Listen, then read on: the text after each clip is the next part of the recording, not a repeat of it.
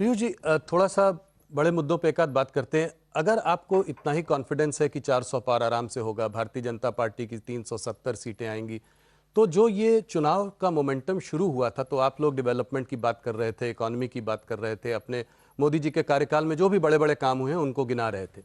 इधर इधर खास करके 2 चरण के बाद ये देखने को मिला कि अब जो है पूरा चुनाव हिंदू मुसलमान पर आ गया है। प्रधानमंत्री जी ने भी राजस्थान में अपने रैली में इसकी बात करी। यहाँ तक कि ये बात हुई कि कांग्रेस जो है वेल्थ डिस्ट्रीब्यूशन की बात कर रही है, हिंदुओं का जो है कि जमा पूंजी लेकर मुसलमानों में बांट देगी, घुसपैठियों में बांट देगी।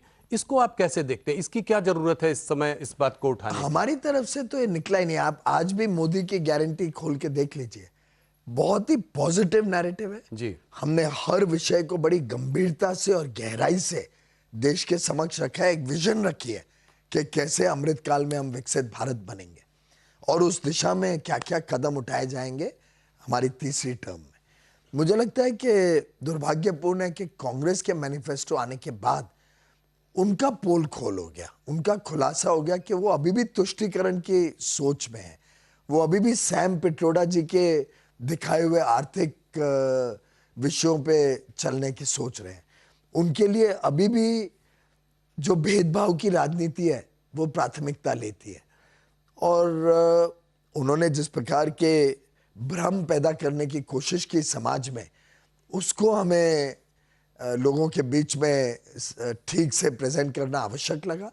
और मैं समझता हूँ डेवलपमेंट और पॉजिटिव एजेंडा की बातें हमने नहीं बंद किया लिखनी, पर स्वाभाविक रूप से मीडिया हो, सोशल मीडिया हो, उसमें चटपटी बातें, थोड़ा बहुत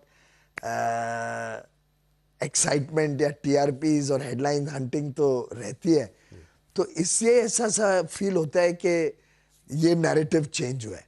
पर आप कोई भी हम में से किसी का भी, माननीय प्रधानमंत्री जी का, अमित भाई का, माननीय जेपी नड्डा जी का या राजनाथ जी का भाषण देखें, या हम जो कैंडिडेट्स हैं हमारे लेवल के भी भाषण देखें, तो बड़ी सकारात्मक सोच के साथ हम जनता के बीच जा रहे हैं, पॉजिटिव नैरेटिव को प्रमोट कर रहे हैं।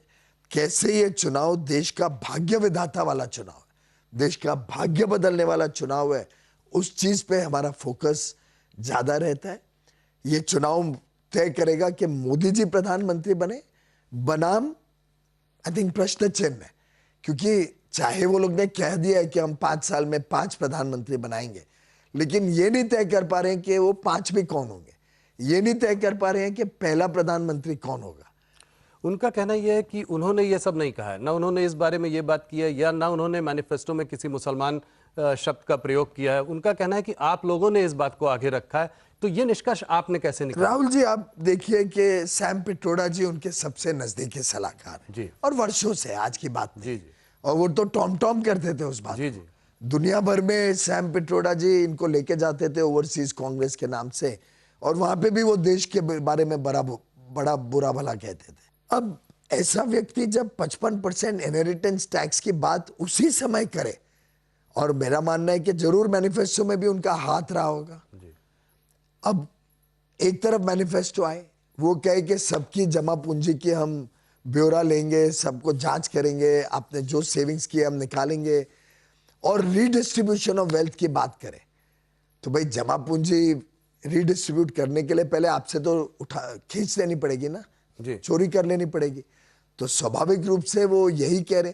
और फिर आप देखिए 3 चीजें जो हुई एक साथ। एक, मैनिफेस्टो कहता है आपकी संपत्ति का हम पूरा जांच करेंगे, हर एक मिडिल क्लास आदमी की, देश के हर व्यक्ति की।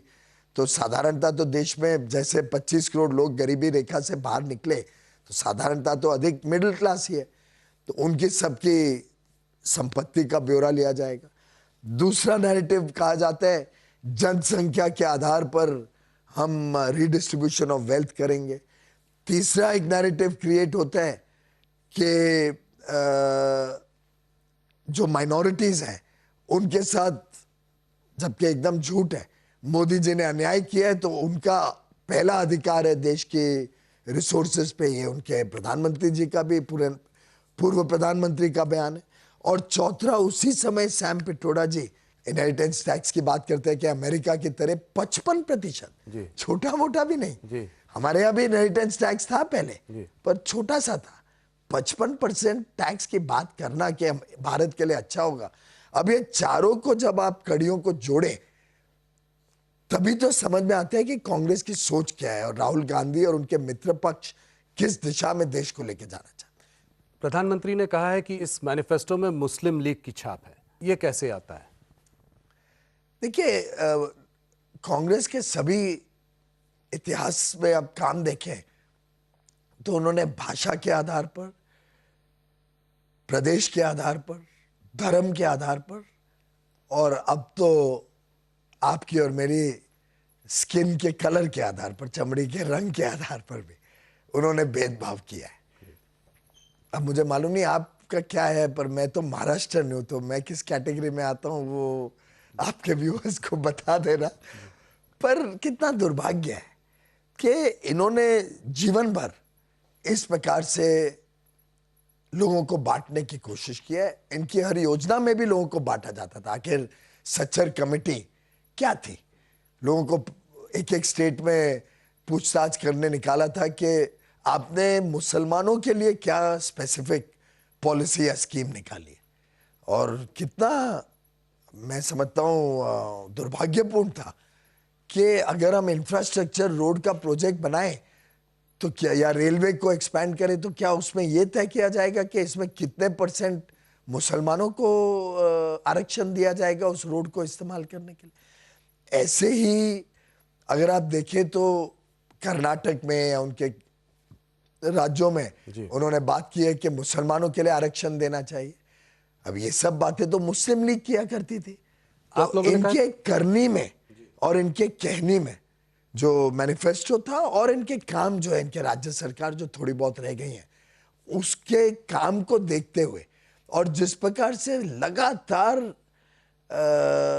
प्रभु श्री राम का अपमान करना, राम मंदिर के प्राण प्रतिष्ठा कार्यक्रम का बहिष्कार करना, राम सेतु के